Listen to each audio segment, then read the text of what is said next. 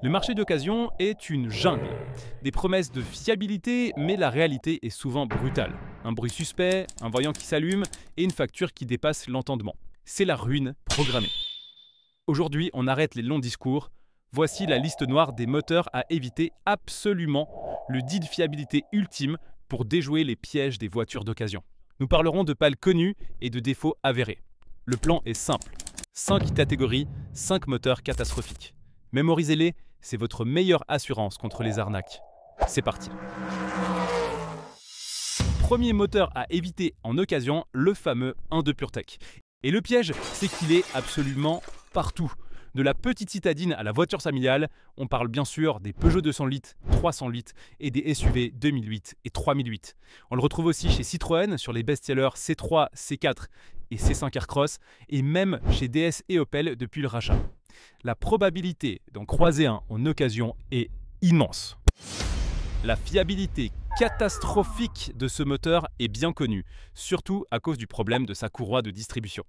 Le principe est simple, elle baigne dans l'huile, mais un ennemi la ronge, l'éthanol de l'essence. Le caoutchouc se dissout et les débris finissent par boucher le circuit. Le résultat, plus de lubrification, le moteur serre. Et le verdict du garage, un devis qui dépasse souvent les 5 000 €. Le coût de la réparation moteur est un vrai cauchemar pour les propriétaires. La seule solution est un remplacement préventif de la courroie bien avant l'échéance, idéalement tous les 80 000 km. Et c'est non négociable. Les mécaniciens de la marque insistent sur une vidange tous les 10 000 km maximum. L'objectif ? Garder une huile propre pour ne pas détruire la courroie neuve. Le verdict final est donc sans appel. Sans une facture de changement récent et préventif, c'est non. Point final. Une chaîne de distribution, c'est censé durer la vie du moteur, en théorie. Dans la réalité, c'est une véritable épidémie de pannes coûteuses qui a touché plusieurs grands constructeurs. Prenons le groupe Volkswagen. Le problème a massivement touché les moteurs 1.2 et 1.4 TSI avant 2015 sur des best-sellers comme les Golf, Polo, Audi A1 ou Seat Ibiza. La cause ? Des tendeurs de chaîne de mauvaise qualité. Le symptôme est un cliquetis métallique à froid. Si on l'ignore, la chaîne se décale et le moteur casse. La facture ? Souvent plus de 2000 €. Chez BMW, le cauchemar porte un nom. Le N47. Son problème est encore plus vicieux. La chaîne est placée à l'arrière du moteur. Pour la changer, il faut tout sortir. L'opération coûte plus de 3000 € pour une simple chaîne. Et que dire du moteur 1.6 THP de Peugeot Mini, surnommé THP-ANE. Même maladie, même punition. Une chaîne qui se détend et un moteur en danger. Alors, la solution pour cette épidémie ? C'est d'abord d'exiger un historique d'entretien complet. Une chaîne déjà remplacée, facture à l'appui, est un excellent signe. Mais le plus important, c'est d'écouter le moteur au démarrage, bien à froid. Au moindre bruit de ferraille, au moindre cliquetis, fuyez. Passons maintenant au scandale du moteur 1.2 TCE de Renault, le fameux Motorgate français. On le retrouve malheureusement partout, sur les Clio, Captur, Duster et même chez Nissan sur le Qashqai. Au cœur de ce scandale, il y a une consommation d'huile excessive. Imaginez le scénario vécu par des milliers de propriétaires.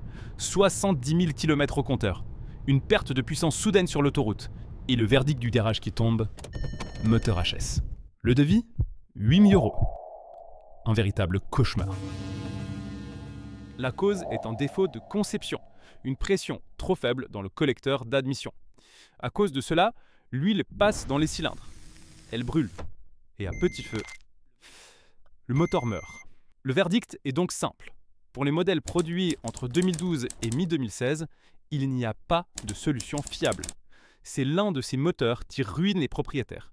Et il est à bannir de votre liste d'achat. Le diesel a beaucoup changé, et ses problèmes aussi. Loin des vieux clichés sur les injecteurs, voici les 3 grands pièges des moteurs diesel modernes. Premier piège, une technologie censée être propre. l'AdBlue. Le problème touche surtout le moteur 1.6 Blue HDI de Peugeot et Citroën qu'on retrouve massivement sur le Peugeot 3008. L'urée contenue dans l'AdBlue peut cristalliser à cause de la chaleur, ce qui déforme le réservoir et détruit la pompe. La facture est bien connue des garagistes, 1 500 € au minimum. La seule solution est préventive. N'utilisez que de l'AdBlue de très haute qualité. 12e piège, les vieux démons ou l'histoire du moteur qui a deux visages. Le 1.5 DCI de Renault a été une véritable catastrophe avant 2009, célèbre pour ses casses de coussinet de vielle. Mais attention, après 2012, Renault a tout corrigé et il est devenu l'un des diesels les plus fiables du marché. La leçon ici est simple. Pour ce moteur, l'année de fabrication est bien plus importante que le kilométrage. Troisième et dernier piège, le filtre à particules et son problème de régénération. C'est le mal chronique du moteur 1.3 multijet de Fiat qu'on retrouve sur la Fiat 500, mais aussi sur des Opel Corsa ou des Alfa Romeo Mito. Pour se nettoyer, le filtre injecte du gazole supplémentaire. Sur les petits trajets en ville, ce gazole ne brûle pas, il glisse dans l'huile, la dilue, et c'est la mort lente et certaine du moteur. La solution est donc évidente, si vous le faites que de la ville, ce moteur n'est tout simplement pas pour vous. Et enfin, le piège ultime des marques premium. On se dit qu'en payant plus cher, on achète la tranquillité. Grosse erreur. Commençons par Jaguar et Land Rover. On parle ici du fameux moteur diesel 2 litres Ingenium. Sur des modèles très désirables comme le Land Rover Evoque, le Discovery Sport ou le Jaguar F-Pace, le risque de casse moteur est un véritable gouffre financier. Leur point faible principal est lié à la dilution de l'huile par le gazole lors des régénérations du filtre à particules, un problème aggravé sur les petits trajets. Cela provoque une usure prématurée de la chaîne de distribution et du turbo, menant à la casse. Passons chez Mercedes. Ici, le problème est plus ciblé.